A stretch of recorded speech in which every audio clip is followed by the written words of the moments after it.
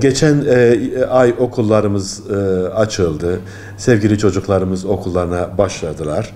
Bu sene biliyorsunuz aktif eğitimimiz var. Çocuklar face to face yani yüz yüze eğitim alıyorlar. En güzeli de bu zaten. Ancak tabii Ekim ve Kasım ayı için çok önemli bir risk var. Nedir bu risk? Çocuklarımızın üşütmesi. Çocuklarımızın hastalanması. Bunda da aslında en büyük etken hava durumunun anne babalar tarafından ayarlanamaması durumudur. Tabii çocuklar aktif oynayacaklar, haklılar, kanları kaynıyor.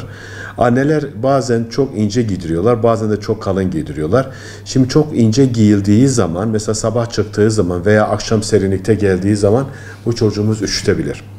İkincisi, çok kalın giydiği zaman bu çocuk hareket ettiği zaman terleyebilir ve tabiri caizse ter üstünde soğuduğu zaman ciddi anlamda bir enfeksiyon meydana gelebilir. O zaman ne yapılabilir? Belki hani biraz biraz daha büyük çocuklar için işte ince bir şey eline verip işte üşüttüğün zaman bunu giy diyebilirsin. Ama bu her çocuk için mümkün değil. Dolayısıyla Ekim ayı özellikle bizim bölgemiz için ne çok sıcağın ne çok soğuğun olduğu bir dönemdir. Dolayısıyla ben anne babaların bu dönemde kendi çocuklarını olası bir enfeksiyondan korunmak için ne çok kalın giydirmelerini ne de çok ince giydirmelerini tavsiye etmem. Orta derecede giydirmeleri faydalıdır. Ama çocuğa verilecek eğitim de burada önemlidir. Terlemesi durumunda mutlaka işte mümkünse tabii üstünü değiştirmesi, mümkünse hareket etmemesi veya mümkünse kendini çok terletmemesi. Sabahları özellikle soğuk olduğu zaman mutlaka çocuğun kendi üstüne bir şey alması ama okula gittiği zaman da eğer hava durumu iyiyse kendi üstünü çıkarıp o şekilde oyun oynamasını tavsiye ederiz. Tabii çocuk terlediği zaman ne olur? Şimdi ter üstünde soğuduğu zaman vücut direnci düşer. Vücut direnci düştüğü zaman da özellikle akciğer enfeksiyonu ve üst solunum yolu enfeksiyonu meydana gelebilir. Çok az miktarda da bağırsakta üşütme diyoruz ya, bazen o da meydana gelebilir. Dolayısıyla aslında terleme ve çocuğun kendi üstünde iç çamaşırını hani elinde olmadan kurutması veya o dönemde kuruması çocukta çok ciddi etkiler oluşturabilir.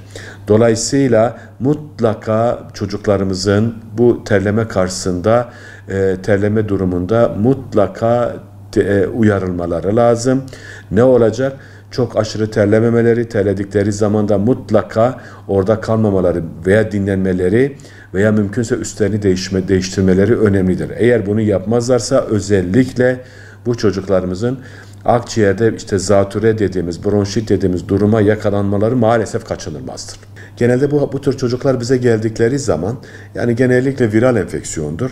Çoğu zaman sadece istirahat öneriyoruz. 5 gün kadar istirahat yeterlidir destek tedavisiyle beraber. Ancak mesela 37,5 santigrat dereceyi geçen bir ateşi varsa, üşüme titremesi varsa o zaman antibiyotik veriyoruz. Daha ağır bir tablo ise bazen mesela yatırmamız gereken çocuklar da oluyor. Özellikle mesela bunlar zayıf çocuklar ise, vücut direnci düşük olan çocuklar ise maalesef bunları bazen yatırmak ve serum tedavisiyle beraber en azından bir hafta 10 gün kadar yatırmak gerekebilir. Bu da tabii ki nedir? O çocuğun o dönemde eğitimini kaybı demektir.